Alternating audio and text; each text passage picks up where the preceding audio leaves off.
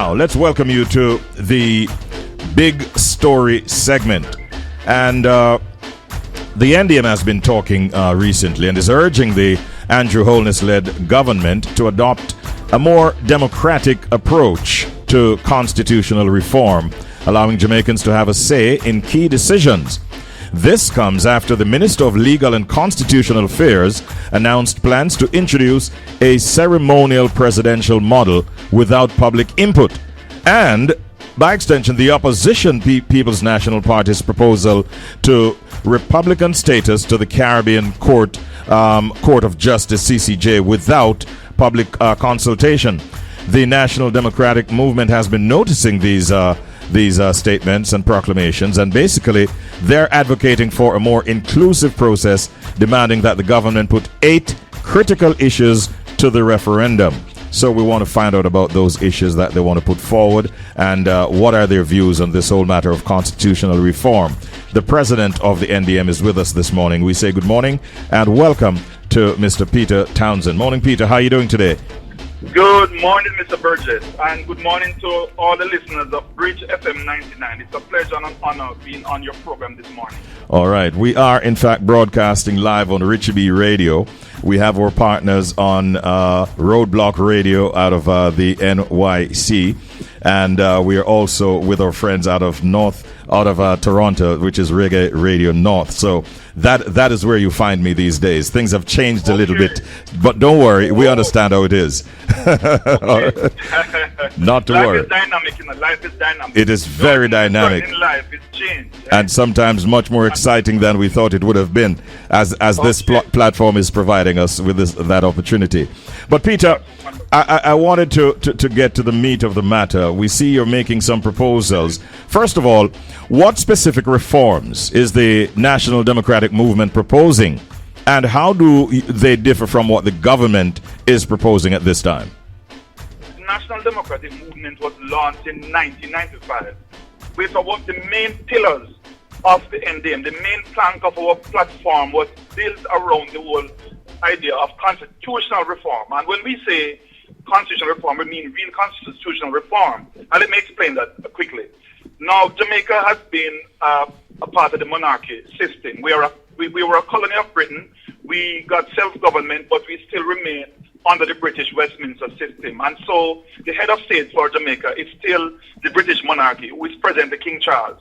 Our Governor General represents King Charles in Jamaica as our head of state. Mm-hmm. Now, we have been for a reform of the Constitution in a manner that will make Jamaica a true republic. Now, the PNP and JLP have been advocating for many years about constitutional reform, but their reform is simply to get rid of the monarchy, but not give the people the kind of power that they get in a republic. And so we are talking about a reform that is not simply about removing the monarchy, and then we have a very undemocratic system, because currently, who do the people of Jamaica elect in the election? They elect members of parliament. They elect parish councillors. They do not elect their prime minister directly, because the prime minister becomes prime minister by virtue of the fact that his or her political party wins the most seats in a parliamentary election. Mm-hmm. The governor general is appointed by the prime minister and represents the monarchy. So the people don't elect the governor general. The senators are not elected by the people. 13 are appointed by the prime minister and 8 by the opposition leader. Yes. So where is the democracy? So the NDM has been proposing a system in which we have an executive presidency, in which the head of state is elected directly by the people on a ballot, and a separate ballot from their members of parliament. And we also propose that the senators should also be elected by the people, because they are the highest governing body in terms of when it comes to deciding which bill becomes law of the land. Mm-hmm. And it's a very important office that the councils have rubber stamping appointees. And also we have proposed 6 election dates, term limits, among other things. And so our concern about this whole constitutional reform that the government has been having for the past several months, where they have a so-called bipartisan committee of PNP and JLP representatives mainly, and they seem to be cooking up a pot, so to speak, for Jamaican people, where they have come up with keeping the same Westminster parliamentary system, but it's just that King Charles will be out of it. But we will have we will keep the same system in which the people will not elect their prime ministers. You still have a ceremonial head of state, which is what the GT is now, but you'll be called a president. And you still have the senators being appointed by the prime minister. And so it will be business as usual. And to complicate matters, they promise a referendum, which is now in jeopardy. And in that referendum, anyway, it does seem as if the people get a real choice. For example, the Constitutional Reform Committee seems to have had a consensus. Consensus is good, but their consensus is coalesced around a ceremonial president. Why didn't they educate the Jamaican population about the virtues and disadvantages of the parliamentary, a ceremonial presidency versus an executive presidency? Why didn't they educate them about the virtues and the drawbacks of the Privy Council and the Caribbean Court of Justice? And then let the people go to a referendum and let the people vote. Whatever the majority wants is what you carry. Are you of the view that the government and maybe even the opposition are moving a little too fast, and the nation is not being properly advised or informed on this very major decision-making process? And how does the NDM plan to ensure a truly democratic and inclusive constitutional reform process? Well, first of all, it's not a matter of that the government and opposition are going too fast. In fact, they're not going fast, because they have been having these talks in the 1990s. And they have been backing and forthing. It is all about power. It is about who is in power and who wants to lead Jamaica into a republic, and how do they preserve their own power base. Because if it wasn't that, why don't you deepen the democracy? If we are going to reform the constitution, and we are moving from the British Westminster system, which is built mostly around conventions. And remember, a monarchy, it's a family that rules for life, and they have a succession system of generations taking over, right? That is the system we have now, and that is what they want to keep, but just that we'll have local monarchs. It tantamounts to that. What we are saying is that why not use the opportunity for reform and to move away from the British Westminster system by giving the people more power, so they elect their head of state directly, elect their senators, and have more transparency and accountability. What they have been proposing doesn't give the people that. And it has not been going well, because they have constant bickering and differences, because it is all about securing power for themselves rather than the people. Because remember, governments hold power in trust on behalf of the people of the country. So the power doesn't belong to the party in so-called power. They hold power for the people. And so they need to give the people a deepened democratic process, so the people can have a real say, that the people they elect to govern on their behalf, the people can be sure that there's enough transparency, there are checks and balances, that people can't run roughshod over the population with the power that they have been given for a limited period. And so the NDM believes that what we need to do is educate the population about the systems that are available. So we should have like a long 1 year, possibly a 2 year campaign, public education, where it's not about a partisan thing, about PNP, JLP, NDM. It's about what the presidential model offers. What is the parliamentary ceremonial type presidency offers? What are the implications of the CCJ as against the Privy Council? And having educated the population, you could now have your bipartisan discussion, and they could try to coalesce and get consensus around what seems to be where the people are heading, which they could do by doing a poll.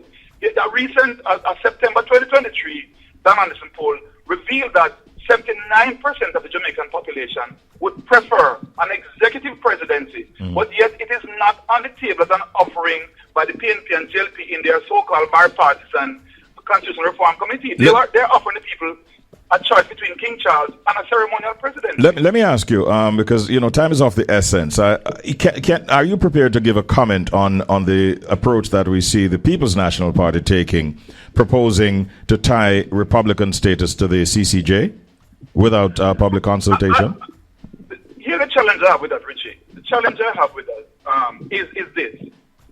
First of all, let me declare that I am pro-CCJ. I am, as a member of the legal profession in Jamaica and the Caribbean, and looking at the jurisprudence and looking at the work of the CCJ, I believe that the the CCJ is capable of being our apex court. I have confidence in them. However, I don't believe that we should ram it down the throat of Jamaican people. So for the PNP to say we will not leave the British monarchy if we are not going to move from the Privy Council and move to the CCJ. I believe that since they are going to have a ballot for people to decide if they want to leave the monarchy, there should be two questions. One, do you want to leave the monarchy? And if so, would you want an executive presidency or a ceremonial presidency? And that's up to educate the people. And where the final appellate court is concerned, would you want to keep the Privy Council, or would you like to keep to move to the CCJ, which we subscribe to, and we spend millions of dollars on as a country, and so I'm saying, educate the people and let the people speak. So I understand what Mr. Golding is saying from the PNP, that we really ought to move from, if we are leaving the monarchy, we should move from Privy Council. I agree with that, but I believe that the people must have a say. The parties, the politicians can't be the only ones who decide on that. The people of the country must have a say on that. Has the NDM contemplated doing its own public campaign to sensitize the nation some more? How are you going to ensure that the voices of all Jamaicans are heard and represented in this constitutional reform process? Thank you so much for that question, Richie B. That's exactly what we are organizing. We are going to be starting it on social media, and then we're going to be launching it on the ground. We're going to the community, in most of the town centers, schoolroom, church halls, to have sensitization and educational sessions where we tell the people about the systems that we are advocating, and engage and solicit the support of the people.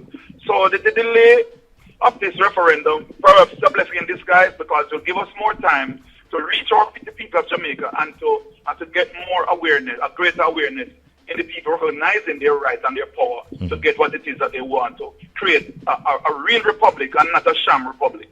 Can you say where persons will be able to check maybe your social media handles or so, that they can be noting that, so they can look out for this information that you'll be sharing?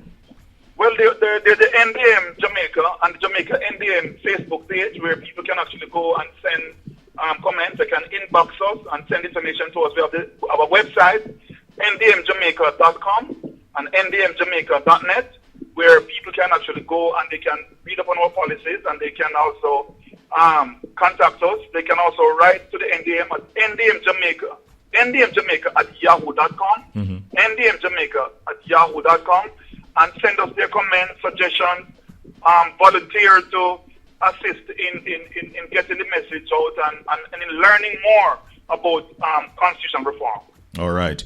Peter Townsend, great talking with you this morning, and we look forward to having further conversations with you on this very important matter of constitutional reform. Have a wonderful day, and thank you.